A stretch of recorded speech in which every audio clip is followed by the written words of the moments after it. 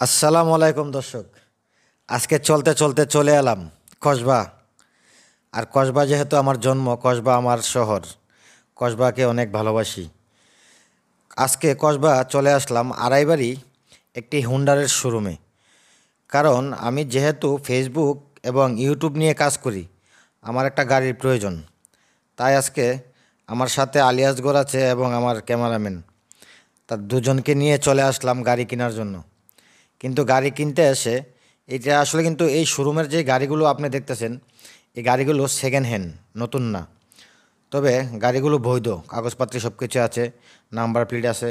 হয়তো সবগুলোর মধ্যে নাম্বার প্লেট নাই, তবে নাম্বার প্লেট যেটার মধ্যে নাই এটা শোরুমের পেপার আছে। তাই প্রত্যেকটা গাড়ি দেখার চেষ্টা করলাম, রেটগুলো জানার চেষ্টা করলাম। তবে এখানে রেটগুলো দেওয়া আছে।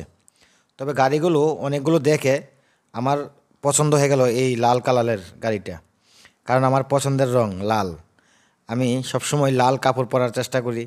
তাই চিন্তা করলাম যেহেতু আমার পছন্দের রং লাল, তাহলে লাল গাড়িটা নেব। আর এখানে দেখেন আরও অনেক ডিজাইনের গাড়ি আছে, কিন্তু আমার ওই গাড়িগুলো চয়েস হয় না। অথচ ওই গাড়িগুলোর দাম কিন্তু এই লাল গাড়িটার চাইতেও অনেক বেশি। তারপরও আমার পছন্দ লাল, কারণ আমি লাল রংটাকে অনেক বেশি ভালোবাসি। সাথে আছে আলিয়াসগর। আর আমার ক্যামেরাম্যানকে আমি বললাম, যদিও আজকে গাড়ি নিতে না পারি, এখান থেকে স্মৃতি হিসাবে একটা ভিডিও নিয়ে যাব। তাই আমার ক্যামেরাম্যান সামনে থেকে এবং পিছন থেকে খুব সুন্দর করে ভিডিও করতেছে। আর আমি গাড়িতে বসে অনেকটাই আনন্দ লাগছে, যেহেতু গাড়ি কেনার জন্য আসছি। তাই আমি গাড়িতে বসে পড়লাম। আর গাড়িতে বসে বসেই গাড়ির দাম ঠিক করার চেষ্টা করলাম। কিন্তু যখন গাড়ির দামটা শুনলাম, তখন মনটা বেশি একটা ভালো না।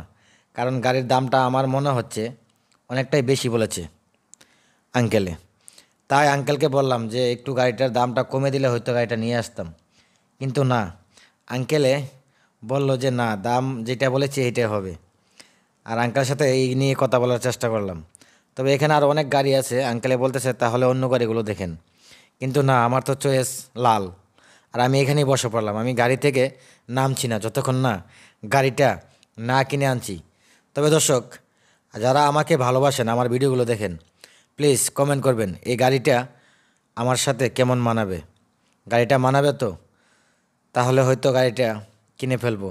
কিন্তু আমি রেটটা বারবার দেখছি, আর আমার কাছে মনে হচ্ছে গাড়ির রেটটা মনে হয় একটু বেশি। আঙ্কেলকে বললাম একটু কমিয়ে নিন, তাহলে হয়তো গাড়িটা নিয়ে যাব। কিন্তু না, আঙ্কেল একই কথা বলছে যে রেট আছে, আমরা কম বলেছি। কিন্তু আমার কাছে মনে হচ্ছে রেটটা অনেকটা বেশি। তাই আরও অন্য অন্য গাড়িগুলো দেখার চেষ্টা করলাম, তারপরও হলো না।